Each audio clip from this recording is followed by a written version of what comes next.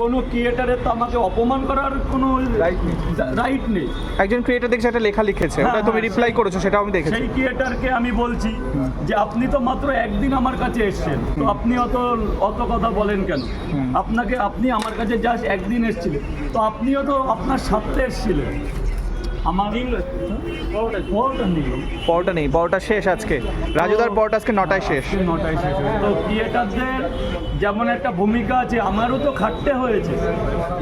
আমি স্ট্রিট ফুডে 14 বছর ধরে ব্যবসা করছি, তো 14 বছর আগেও তো আমি খেতাম।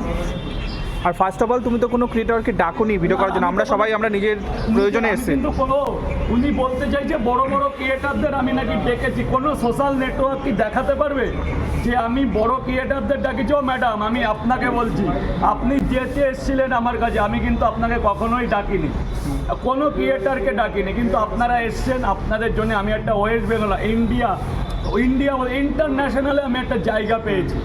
আপনি কি মনে করেছেন আপনারা না আসলে নাকি আমার চলবে না?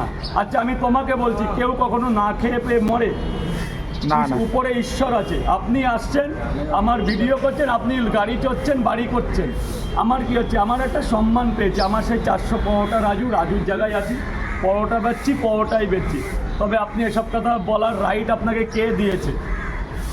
একদম একদম। আর তুমি যে জায়গাটা পেয়েছো, আমার মনে হয় না তুমি সেটা ভুলবে, কারণ না, সেটা ভোলা উচিত নয়, তাই তো? কখনো না। একদম। আমি তো আজও কখনো কোনো কিছুতে কোনোদিন কোনো বদনাম করিনি। আমার একটা পার্সোনাল লাইফ থাকতেই পারে, আমি কার সাথে মিশবো, কার সাথে যাব, কাকে রাখবো না, আমার পার্সোনালিটি ব্যাপার। এর মধ্যে কোনো ক্রিয়েটারের তো বলার কোনো রাইট নেই। আমার কাছে সবাই সমান।